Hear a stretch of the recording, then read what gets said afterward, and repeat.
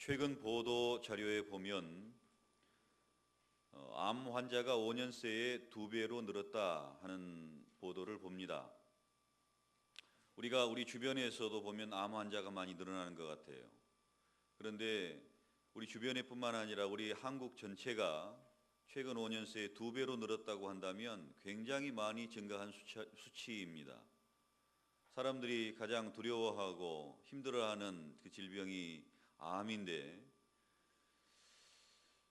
우리가 얼마 전까지도 건강한 삶을 추구하고 또 건강한 삶을 위해서 모든 필요와 노력을 아끼지 않는 그런 삶을 우리가 웰빙이라고 이야기를 하면서 웰빙 열풍이 불었던 것을 알고 있습니다. 그런데 우리나라에서 웰빙을 이야기할 때는 주로 의식주 문제에 집중하고, 무엇을 먹어야 건강해지느냐, 무엇을 입어야 건강해지느냐, 어떤 집에 살아야 건강해지느냐, 이런 것에만 초점을 맞추는 경향이 있습니다. 물론 웰빙이라는 것 자체가 단지 의식주 문제만을 이야기하고 육체적인 건강만을 이야기하는 것은 아닙니다. 정신적인 또 영적인 부분까지 다 포함하는 전인적인 건강을 우리가 이야기를 합니다마는, 우리나라에서 이야기하는 웰빙은 주로 의식주 문제를 포함한 육체적인 면에만 관심과 초점이 맞추어져 있는 것을 우리는 알고 있습니다. 그래서 이제 이것만으로는 좀 부족하지 않느냐 해서 정서적인, 정신적인 치유가 필요하다, 힐링이 필요하다 해서 힐링 열풍이 또 불고 있고, 또 우리가 육체적으로만 건강한 것이 건강이 아니라 정신적으로도 정서적으로 안정감이 있어야 우리가 진정한 건강이 아니겠는가, 이렇게 말합니다. 우리 그리스도인들은 이것보다도 영적인 건강이 진정한 건강의 기초인 것을 우리는 인정해야 됩니다. 성경에서도 영혼이 잘됨 같이 내가 범사에 잘되고 강건하게 된다, 요한 1서 1장 3절의 말씀처럼 우리의 영혼이 잘 돼야 됩니다. 영혼이 하나님과의 관계 속에서 새로워지고, 영혼이 하나님의 관계 속에서 회복되고 치유되고 힐링되어질 때에 우리의 모든 정서적인 문제라든지 육체적인 문제가 회복되는 진정한 힐링을 경험할 수 있기 때문에 그렇습니다. 지난주에 제가 말씀드리면서 우리의 모든 병이 죄 때문인 것은 아니다 라고 말씀을 드렸습니다. 직접적인 원인을 말씀드린 것이죠. 우리가 죄의 근본적이고 직접적인 원인이, 모든 병의 근본적인 원인이 다 죄라라고 이야기하면 그 오류가 있습니다. 우리가 스트레스를 받아서도 그럴 수 있고, 음식을 잘못 먹어서 그럴 수도 있고, 또 운동을 하지 않아서도 그럴 수 있고, 여러 가지 요인들이 잠재되어 있는 것이 사실입니다. 또한 직접적인 원인으로서의 죄의 문제도 사실 있긴 있습니다. 그런데 우리가 간접적이고 근본적인 원인으로서 이야기를 할 때는 죄가 우리 모든 문제의 근원이다라고 이야기하는 것은 맞는 이야기예요. 죄의 문제가 우리 인생의 근본적인 문제라는 것을, 죄가 우리의 모든 문제의 뿌리라는 것은, 그것은 맞는 이야기입니다. 왜냐하면 아담의 그 범죄로 인해서 이 땅에 죄와 사망이 들어오게 되고, 또 그로 말미암아 많은 파생되는 그런 건강의 문제들, 죽음의 문제들, 또 죄의 결과적인 그런 문제들이 우리의 삶에 발생했기 때문에 그렇습니다. 그래서 우리의 삶의 근원적인, 인생의 문제의 근원적인 문제는 죄다라고 말하는 것은 맞는 이야기입니다. 그런데 우리가 과연 이 땅에서 살아가는 동안에 우리 스스로 또 이 세상에서 추구하는 그 힐링의 모습 가운데에서 진정한 힐링이 이루어질 수 있고, 건강한 삶이, 웰빙이 과연 이루어질 수 있는가, 우리가 스스로 이것을 만들어낼 수 있는가 하는 것입니다. 세상의 종교는 이것을 만들어낼 수 있다라고 이야기를 합니다. 물론 어느 정도 정서적인 그런 부분이라든지 육체적인 그런 부분에 있어서 우리가 그 죄의 원인이 아닌 일상적인 그 겉으로 드러나는 그런 문제들을 완화시키고 치유하는 그런 부분들은 가능합니다. 타종교에서는 모든 것을 내려놓고 우리가 자기 자신을 비우고 욕심을 버리면 우리는 스스로를 치유할 수 있는 그 단계에 이르게 된다라고 말합니다. 그리고 내가 위로받고 내가 치유받고 내가 모든 욕심에서 벗어나서 이제 다른 사람을 위해서 도와줄 수 있는, 다른 사람을 위로할 수 있는, 다른 사람을 치유할 수 있는 그런 존재가 된다라고 말합니다. 이것도 맞는 이야기이긴 합니다. 그런데 근본적인 부분에 들어가면 이 이야기는 맞는 이야기가 아니에요. 왜냐하면 이런 부분을 통해서 우리의 영적인 부분이 치유될 수 없고, 이런 부분을 통해서 우리의 죄의 근본적인 문제를 해결할 수 있는 부분이 없기 때문에 그렇습니다. 오늘 본문 말씀으로 우리가 돌아가면 하나님께서는 우리의 근본적인 치유, 또 지속적이고 영원한 치유, 완벽한 치유를 예수 그리스도를 통해서 우리에게 허락하셨다고 말씀하십니다. 5절 말씀 우리 다 같이 읽어보겠습니다. 시작. 그가 찔림은 우리의 허물 때문이요 그가 상함은 우리의 죄악 때문이라. 그가 징계를 받음으로 우리는 평화를 누리고 그가 채찍에 맞음으로 우리는 나음을 받았도다. 아멘. 진정한 치유, 진정한 나음, 이것은 힐링을 이야기하는 것인데 이것은 주 예수 그리스도로 말미암은 것임을 우리에게 분명히 하고 있습니다. 오늘 본문에 시작하는 그 말씀들을 우리가 좀 살펴보면 여기에서 그라는 말이 주로 많이 나오는 것을 보게 됩니다. 그는 2절에서도 그는, 3절에서도 그는, 4절에서도 그는, 5절에서도 그가, 계속해서 그라는 말로 이렇게 이야기를 전개해 나가고 있는 것을 보게 되는데, 우리들이 이 말씀을 읽으면서 그가 바로 예수 그리스도라는 데 있어서 다른 의견을 말할 사람은 없어요. 우리들은 이 그가 예수 그리스도의 있음을 온전히 인정하고 믿습니다. 그런데 유대인들은 이 그를 예수님으로 인정하지 않습니다. 왜냐하면 진정한 치유가 일어나고 진정한 나음이 있는 삶은, 또 진정한 회복의 삶은 메시아를 통해서 이루어진다라고 그들은 믿고 있는데 예수 그리스도를 메시아로 인정하지 않기 때문이죠. 예수 그리스도가 그들의 메시아라는 것을 그들은 인정하지 않습니다. 한 선지자로 보고 있죠. 그렇기 때문에 예수 그리스도가 행한 그 십자가의 사건과 채찍에 맞으심과 또 고난당하신 이 모든 사건들이 예수 그리스도라고 온전히 인정하지 아니하고 이스라엘의 남은 자, 포로에서 살아 돌아온 자, 상대적으로 조금 의로운 자, 이런 자들을 그라는 말로 그들은 해석을 하기를 좋아합니다. 그리고 그들은 바로 이 이사야 53장만 오면 걸려요. 그렇기 때문에 이사야 52장을 읽고 이사야 54장으로 뛰어넘어가 버립니다. 왜냐하면 억지로 해석을 해놓기는 했는데 마음에 걸려요. 그래서 53장을 읽지 않고 54장으로 넘어간다는 이야기를 많이 듣습니다. 사실 이 이사야서에서 고난의 종에 대한 노래는 42장부터 나옵니다. 42장부터 53장까지 고난받는 종에 대한 노래로 이어져 있습니다. 42장 1절 말씀 우리 한번 살펴보겠습니다.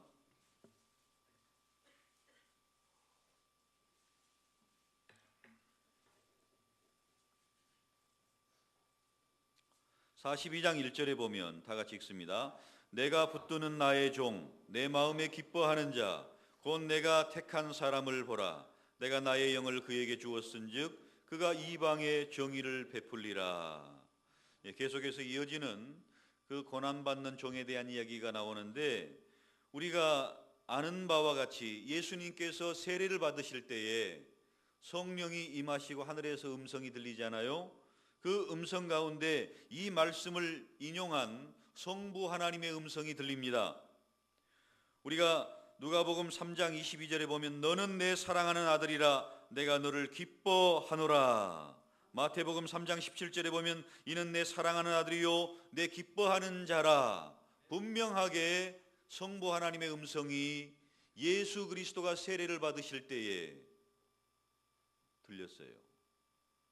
그런데 이 이사야 42장 1절엔 내가 붙드는 나의 종 내 마음에 기뻐하는 자 내가 택한 사람, 이 사람을 성부 하나님께서는 누구라고 말씀하신 것이죠?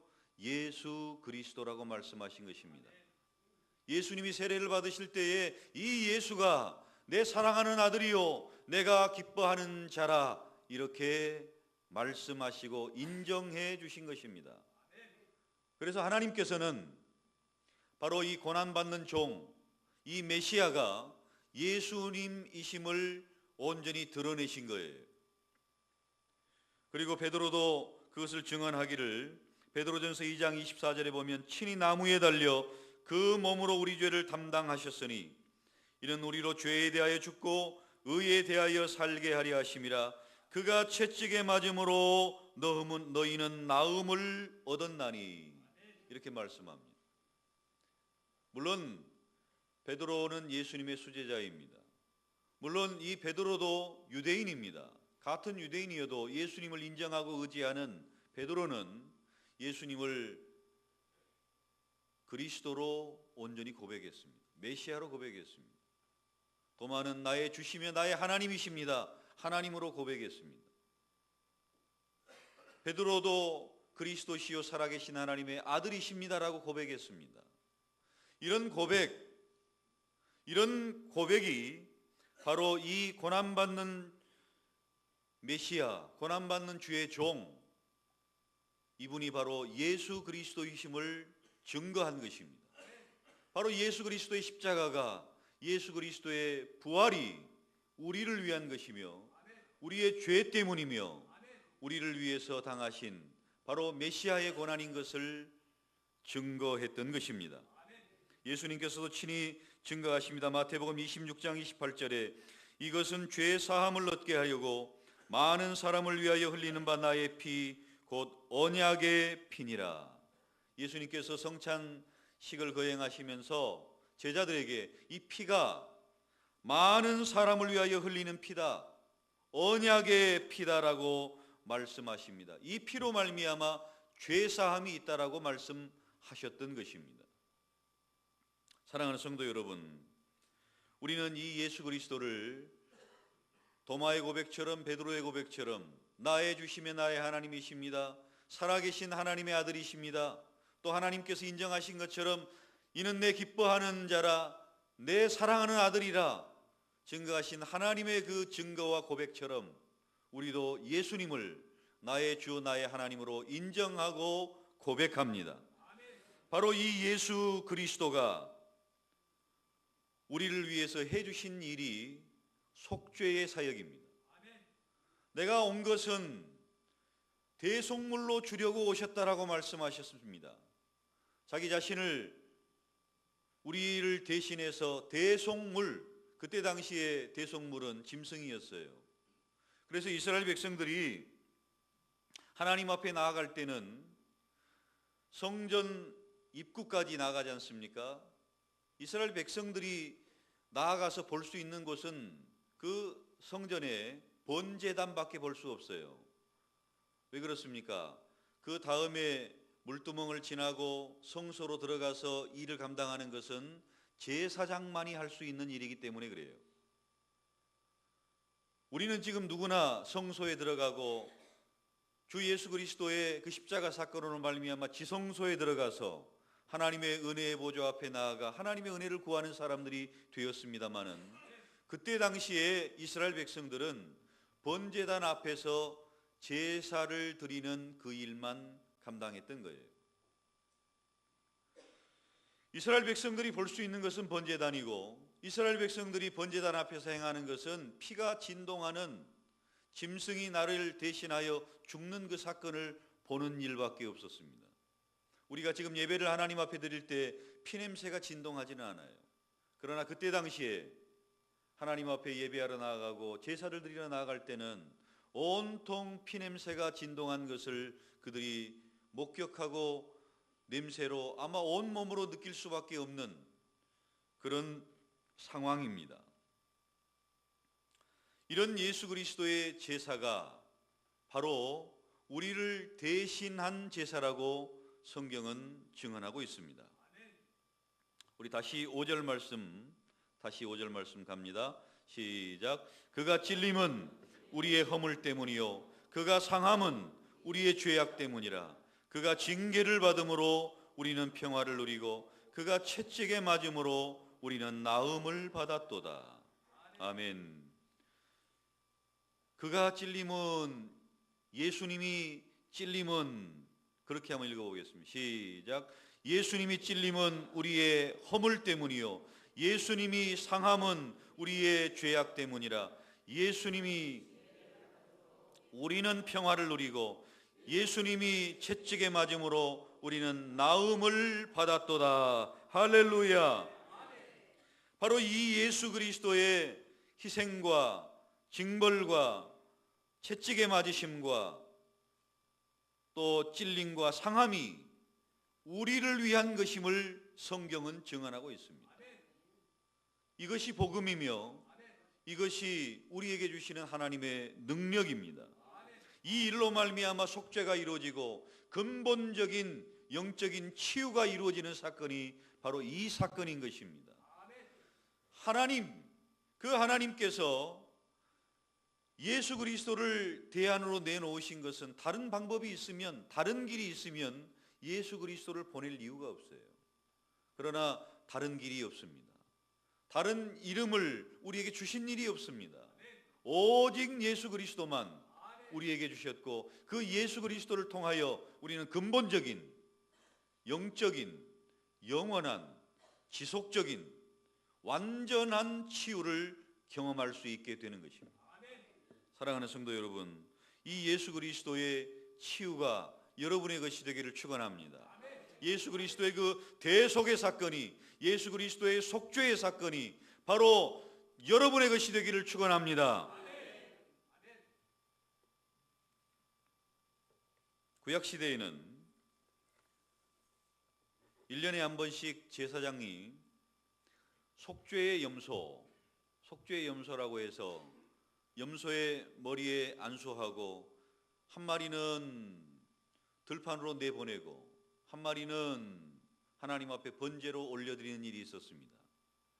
이 일을 통해서 하나님께서 우리 백성들의 죄를 이 염소에 전가시키고 하나는 자유로움으로 내보내고 하나는 번제의 희생양이 됩니다. 물론 이스라엘 백성들이 속죄제를 드릴 때는 반드시 제사를 드린 사람이 제물에 안수를 하게 되어 있습니다. 그 안수의 의미가 뭡니까? 내 죄가 이 짐승에게 지금 전가되는 것을 이야기하는 것입니다. 바로 예수 그리스도께서는 우리의 죄를 온전히 짊어지신 것입니다. 우리의 대제사장, 우리의 대속의 주님이 바로 우리의 모든 죄를 짊어지신 거예요. 그 근본적인, 물론 오늘 본문의 말씀을 보면 질고도 있고요, 또 우리의 슬픔과 우리의 고난과 우리의 징벌과 이 모든 부분들을 다 주 예수께서 감당하신 것입니다. 물론 그 근본적인 부분에는 죄의 문제가 있는 것이죠. 이 죄의 문제가 있고 나서 병이 찾아왔고, 이 죄의 문제가 있고 나서 죽음이 찾아왔고, 이 죄의 문제로 말미암아 이 땅에 찾아온 수많은 형벌들을 예수님께서 친히 담당하신 것입니다.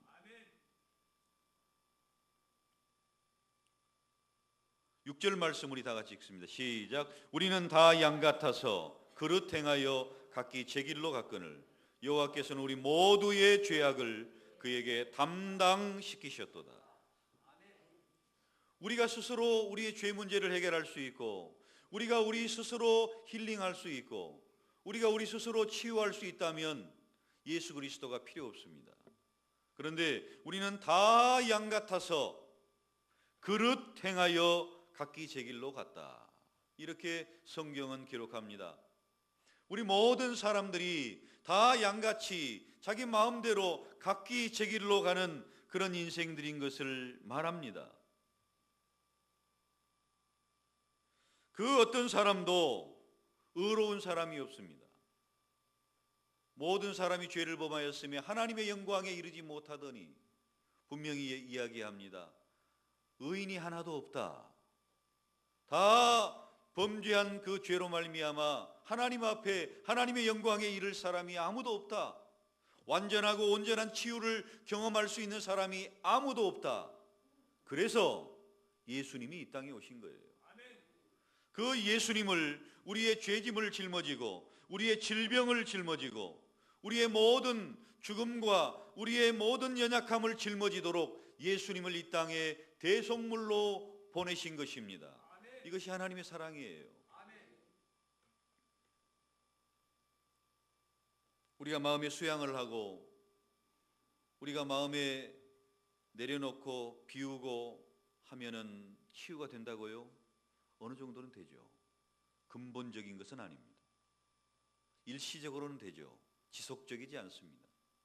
뭔가 되는 것 같죠. 완벽하지 않습니다. 또 다시 넘어지고 또 다시 죄악에 빠지는 것이 우리 인생들이에요. 예수 그리스도의 이 속죄, 예수 그리스도의 대속, 이것은 완전합니다. 효력이 영원한 것입니다. 더 이상 완벽한 것이 없어요.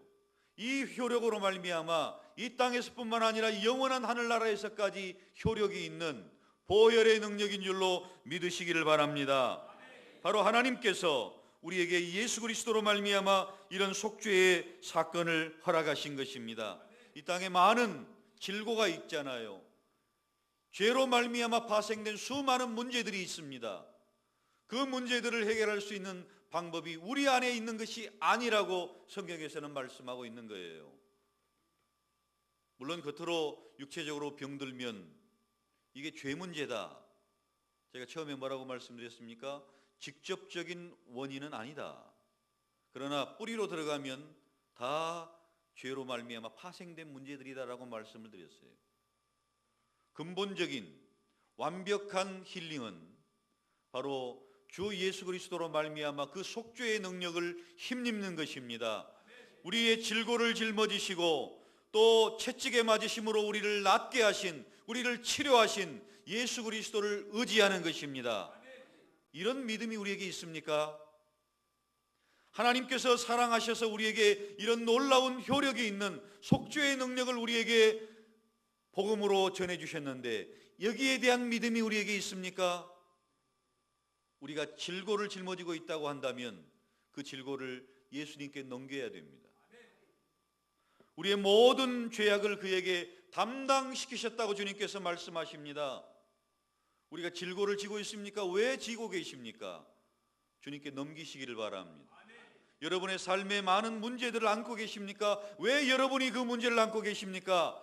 주님께 넘기시기를 바랍니다. 속죄의 능력 속에 포함되어 있는 거예요.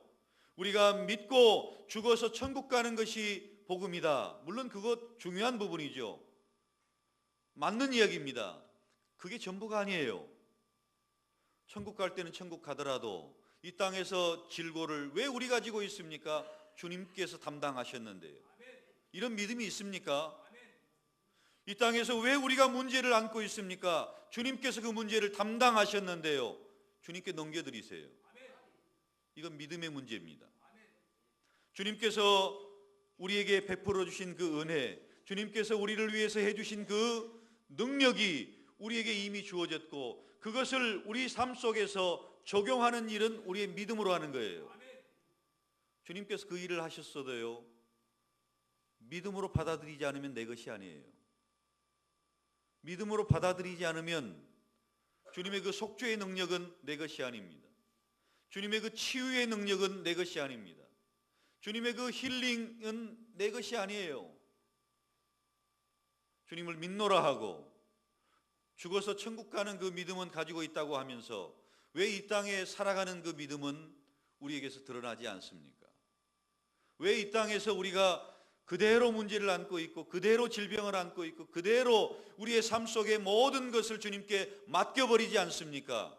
믿음의 문제입니다. 그러면 그 믿음이 어떻게 생기는 거예요? 믿음은 말씀으로 생기는 것입니다. 성경에서 분명히 말씀합니다. 믿음은 그리스도의 말씀으로 말미암았느니라. 믿음은 말씀에서 생기는 거예요. 믿음이 흔들립니까? 믿음이 부족합니까? 믿음이 연약합니까? 그러면 계속해서 말씀을 읽고 묵상하고 그 말씀을 계속해서 여러분의 말씀, 나에게 주시는 말씀, 이 말씀은 나를 위한 말씀이라고 믿어질 때까지 말씀을 계속해서 여러분 상고하셔야 돼요. 왜냐하면 믿음은 그리스도의 말씀에서 나오기 때문에 그렇습니다. 질병이 여러분을 힘들게 합니까? 많은 고통이 여러분을 힘들게 합니까?